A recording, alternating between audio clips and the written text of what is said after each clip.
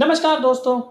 बैंगलोर बना Mumbai power house clash Indian टी20 league game number 39 जो खेला जाएगा दुबई में। और ये पर्टिकुलर एपिसोड उसी मैच के रिगार्डिंग है।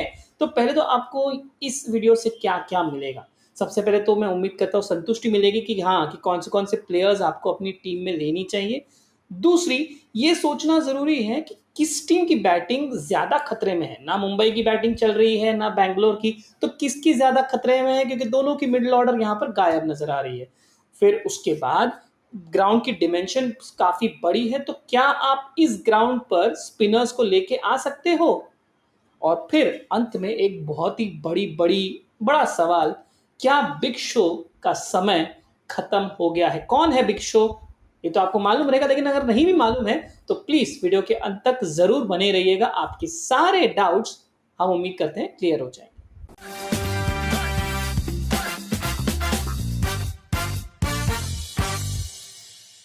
चलिए, मैच नंबर 39। वैसे तो मुंबई वर्सेस बैंगलोर ये तो पावर हाउस क्लैश माना जाता है, लेकिन जब ये वाली मैच अब आ रही है ना तो पता नहीं चल रहा है कि किसका पलड़ा भारी है।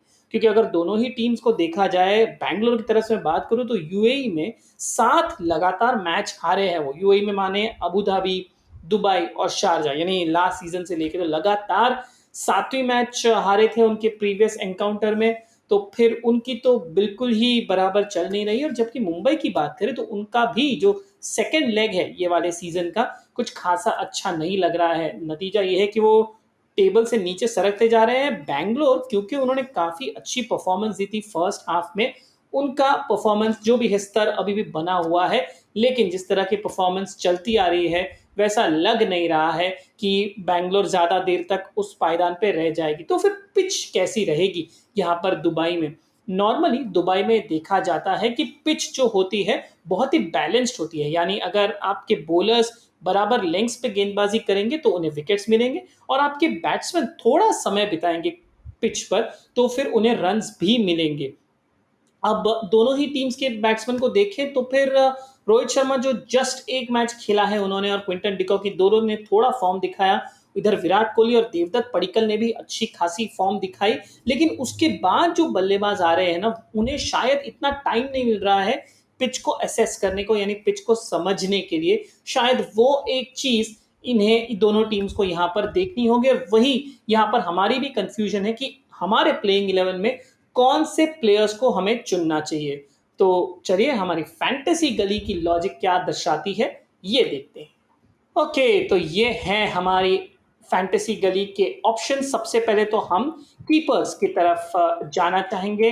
तो आप क्विंटन डिकॉक को विदाउट एनी डाउट अपनी टीम में रख सकते हैं। पिछले मैच में उन्होंने बहुत ही उम्दा परफॉर्मेंस दी थी। और 4 मैच पहले ड्रीम टीम के कप्तान भी थे, 106 अंक दिलाए थे, प्लस ओपनर भी है। अभी तक ये जो इंडियन टी20 लीग चलते आ रहा है, जितने भी मैचेस हुए हैं चाहे कौन सी भी ग्राउंड में हो, यही नजर आता जा रहा है कि ओपनर्स ज्यादा से ज्यादा परफॉर्म करते आ रहे हैं। तो क्विंटन डिकॉक को आप अपनी टीम में जरूर रख सकते हैं। दूसरा नाम है ईशान किशन।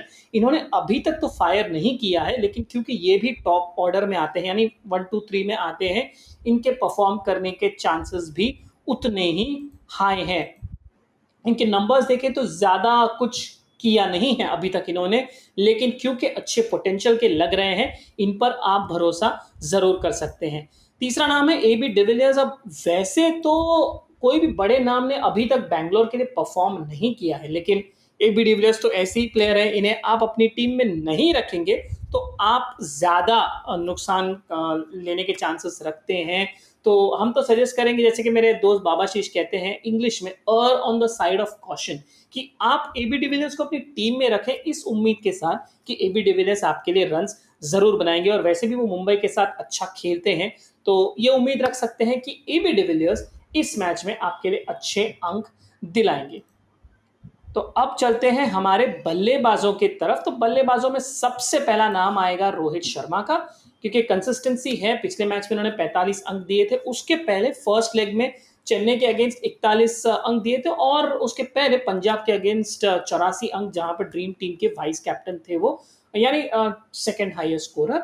और रोहित शर्मा अगर इस तरह के लय में रहेंगे तो ये भी ओपनर है, तो इनके भी बल्ले से आपको रन्स आता नजर आएगा। और आपके फैंटेसी पॉइंट्स में बढ़ोतरी आपको मिल जाएगी। फैंटेसी गली रेटिंग लगभग 9 की है, यानी 8.9 की। दूसरा नाम है यहाँ पर देवदत्त पडिक्कल का। तो देवदत्त पडिक्कल मेरे हिसाब से आपके लिए एक अच्छे पिक साबित हो सकते हैं, क्योंकि ये जो हैं एक अच्छे लेफ्ट हैंडर हैं, लास्ट मैच में फॉर्म से आ रहे हैं, पिछले मैच में ड्रीम टीम के कैप्टन भी थे, 95 अंक उन्होंने दिलाए थे, 9 की क्रेडिट है और 8.2 की फैंटेसी गली रेटिंग है, तो इन्हें आप अपनी टीम में बिंदास रख सकते हैं। अब तीसरा नाम मैं यहाँ पर सजेस्ट करना चाहूँगा विराट कोहली। अब विराट कोहली थोड़े बहुत आउट ऑफ फॉर्म लग रहे थे, लेकिन पिछले मैच में उन्होंने दर्शा दिया कि वो आपको पॉइंट्स दिला सकते हैं। 89 पॉइंट्स उन्होंने दिलाए थे लास्ट मैच में, ड्रीम टीम के कैप्टन थे, तो इसलिए उन्हें आप अपनी टीम में ज़रूर रख सकते हैं। और अंत में एक और बल्लेबाज का नाम लेना चाहूँगा, क्योंकि ये मुंबई की बात चल रही है और बैंगलोर की बात चल रही है। सूर्य कुमार यादव को आप नज़रअंदाज नहीं कर सकते। ये वही बात हुई कि जो अच्छे खिलाड़ी होते हैं ना, उनका पैच जो है ज़्यादा टाइम तक चलता नहीं है, रुकता नहीं है। तो अभी फ़िलहाल एक गंदा पैच चल रहा है सूर्य कुमार यादव का, लेकिन हम उम्मीद रखते हैं कि ज़्यादा देर चलेगा नहीं। और जो फ़ॉर्म वो दर्शा रहे थे first half of the Indian टी20 लीग और उसके पहले भी जो इंग्लैंड के साथ वो खेल रहे थे, अपना फ़ॉर्म दर्शा रहे थे, वो फ़ॉर्म वापस लौट आएगी। 9 की क्रेडिट और 7.3 की फैंटेसी गली रेटिंग।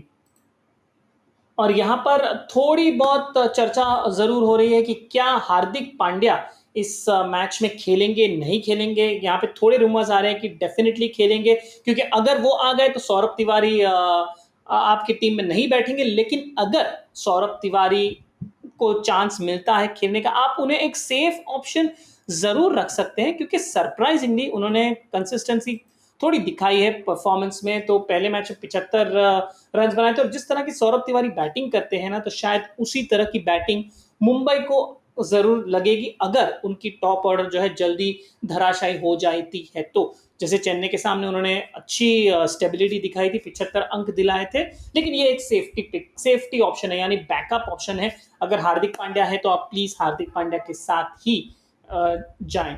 तो ये थे हमारे बैट्समैन ऑप्शंस। अब बढ़ते हैं हमारे ऑलराउंडर ऑप्शंस की तरफ। तो ऑलराउंडर ऑप्शंस में मैं आपको दो नाम सजेस्ट करना चाहूँगा। एक तो कृणाल पंड्या, क्योंकि ये एक लेफ्ट आर्म स्पिनर है और बैटिंग भी अच्छी कर लेते हैं माफ़ कीजिएगा। और चूँकि ग्राउंड डिमेंशंस बड़े हैं, तो इन्हें सिक्सेस और फोर्स मारने थोड़े मुश्किल है। 8.5 की क्रेडिट है और 7.5 की फैंटेसी गली रेटिंग है। और वहीं पर वनिंदु हसरंगा भी आपके लिए एक अच्छे पिक साबित हो सकते हैं। जी हाँ, जो मैं ग्राफ दिखा रहा हूँ उस ग्राफ के हिसाब से तो वनिंदु हसरंगा यहाँ पर फिट नहीं बैठते हैं, लेकिन ट्रस्ट अस, एक यहाँ पर जब ग्राउंड जब बड़ा हो जाता है तो ऐसे लगता है कि स्पिनर्स को मारना बहुत ही कठिन, क्योंकि सब जगह फील्डर्स हो जाते हैं। और जब वो प्राइम टाइम आता है जहाँ पर आपको छक्के चौके जड़ने होते हैं, तब आप इन्हीं स्पिनर्स को विकेट दे बैठते हो। प्लस ये बैंगलोर की तरफ से खेलते हैं, यानी जिस टीम में युजवेंद्र चहल ऑलरेडी है, तो हो सकता है बल्लेबाज युजवेंद्र चहल को संभल कर खेले और इनके अगेंस्ट रन बनाने की कोशिश करें और विकेट्स ये आपको ज़रूर दिलाएं। तो ये दो ऑलराउंडर ऑप्शंस हैं हमारी तरफ से। वनिंदु हसरंगा भी, और वनिंदु हसरंगा बल्लेबाजी भी अच्छी कर लेते हैं, तो वो भी एक अच्छे ऑप्शन है। और अब बढ़ते हैं गेंदबाजों की तरफ। तो गेंदबाजों में सबसे पहला नाम आएगा हर्षल पटेल का। लीडिंग विकेट टेकर है इंडियन टी20 लीग के, और लास्ट टाइम जब इन्होंने मुंबई के साथ गेंदबाजी की थी तो 5 विकेट्स लिए थे, 5 पर लिया था, और लास्ट मैच में भी 57 अंक हासिल किए थे। तो टीम भले ही अच्छी परफॉर्म नहीं कर रही हो, हर्षल पटेल आपको अच्छे अंक कंसिस्टेंटली दे रहे हैं, तो आप उन्हें अपने टीम में ज़रूर रख सकते हैं। जसप्रीत बुमराह का थोड़ा यहाँ पर फॉर्म डिप हुआ है, लेकिन लास्ट मैच में उन्होंने 97 अंक दिलाए ज़रूर थे, ड्रीम टीम के वाइस कैप्टन थे।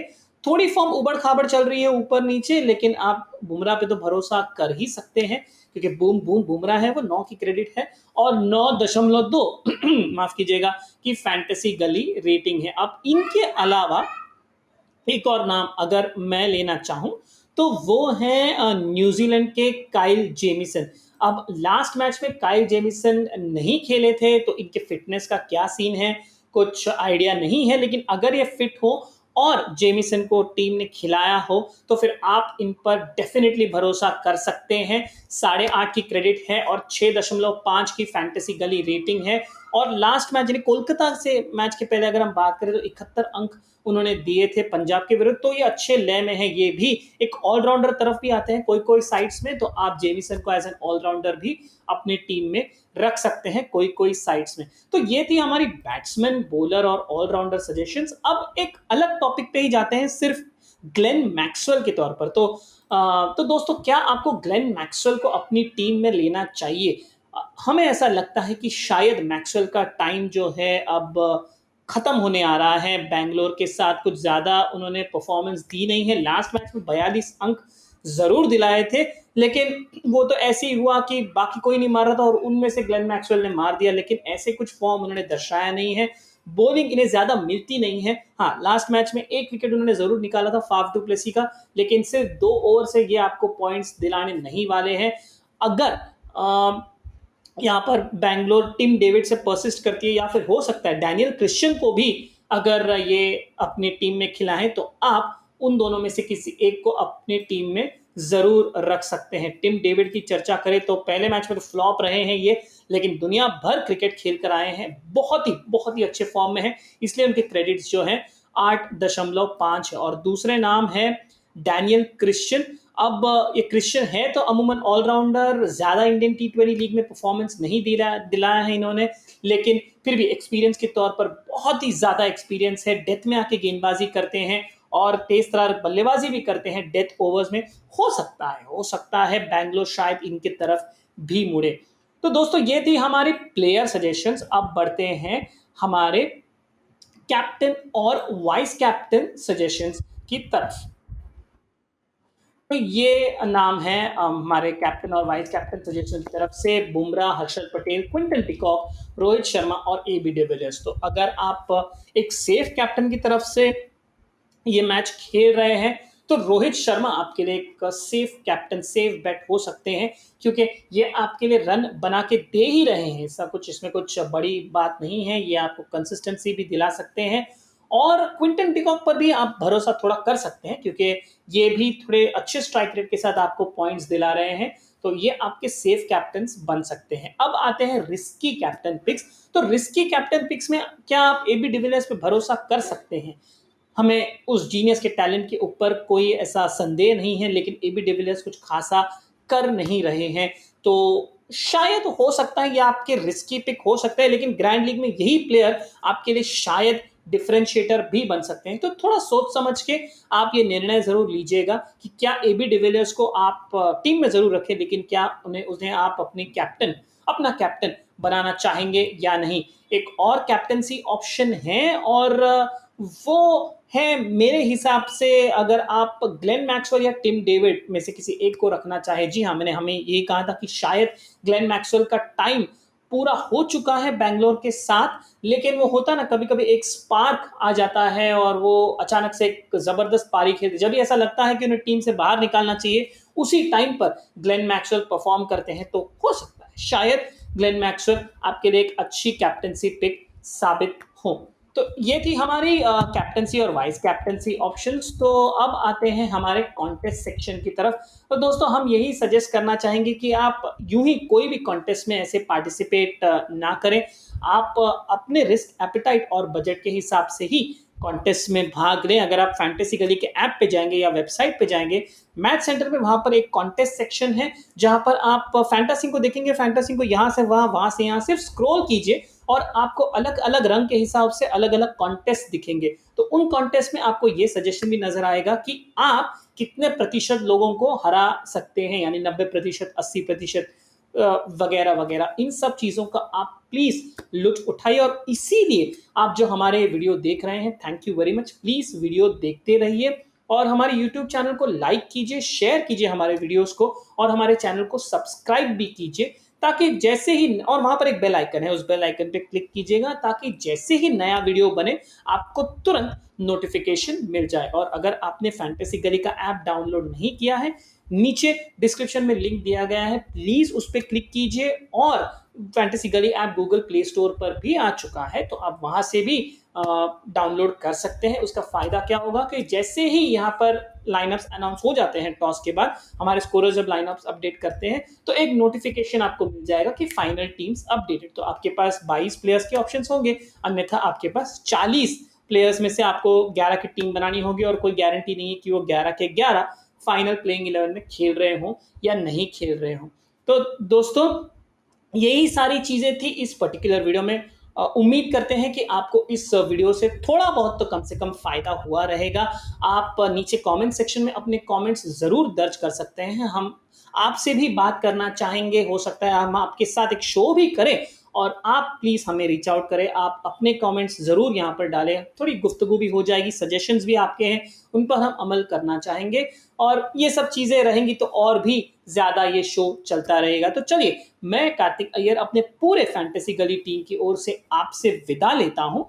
उम्मीद करता हूँ कि आपको इस पर्टिकुलर वीडियो से बहुत ही आनंद मिला होगा, और all the best while playing this particular match in fantasy. नमस्कार।